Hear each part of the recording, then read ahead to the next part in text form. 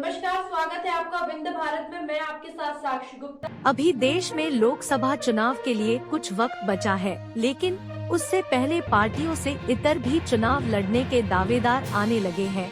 इसी क्रम में श्योपुर में पूर्व दस्यु रमेश सिकरवार ने लोकसभा चुनाव लड़ने का मन बनाया है। इसके लिए उन्होंने कांग्रेस से टिकट भी मांगा है। पूर्व दस्यु रमेश सिकरवार ने कांग्रेस से मुरैना लोकसभा से टिकट मांगी है। हालांकि उन्होंने ये भी कहा है कि टिकट नहीं मिलने पर वो निर्दलीय चुनाव लड़ेंगे। 1970 में अपने हक की जमीन के लिए बंदूक उठाकर बागी बनने वाले चंबल के पूर्व दस्यु रमेश सिकरवार समाज सेवा के लिए राजनीतिक जमीन तलाश रहे हैं।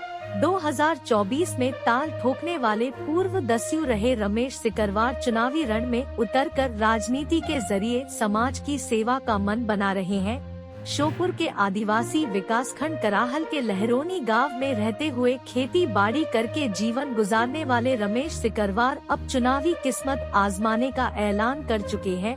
1970 से 1980 के दशक तक चंबल के बिहड़ों में उनकी बंदूक गरजती थी, लेकिन 1984 में आत्मसमर्पण करने के बाद पूर्व दस्यु सिकरवार आज बड़ी ही सादगी के साथ गांधीवादी बनकर रह रहे हैं। पूर्व दस्यु रमेश सिकरवार राजनीति में आने की वजह बताते हुए कहते हैं कि आज की राजनीति बदल चुकी है। नेता आज चुनाव जीतने के लिए सिर्फ बड़े बड़े वादों का ऐलान करके भ्रष्टाचार में डूब जाते हैं। शिक्षा और स्वास्थ्य पर माफियाओं ने कब्जा कर रखा है। महंगाई बेरोजगारी को हटाने का वादा करने वाली सरकार अपने वादे भूल गई है। मुरैना श्योपुर से कांग्रेस पार्टी से लोकसभा का टिकट मांगने वाले रमेश सिकरवार पूर्व सीएम दिग्विजय सिंह को अपना मित्र बताते हुए कहते हैं कि कांग्रेस को इस सीट पर वो ही जीत दिला सकते हैं और अगर कांग्रेस उन्हें टिकट नहीं देती तो वो निर्दलीय ही मुरैना श्योपुर लोकसभा सीट से चुनाव लड़ेंगे। 10 साल से ज्यादा समय तक चंबल की बिहड़ों में खौफ का आतंक बने रहने वाले रमेश सिकरवार ने बागी रहते हुए 70 हत्या 250 डकैती के बाद 1984 में एमपी की सरकार के सामने आत्मसमर्पण कर दिया।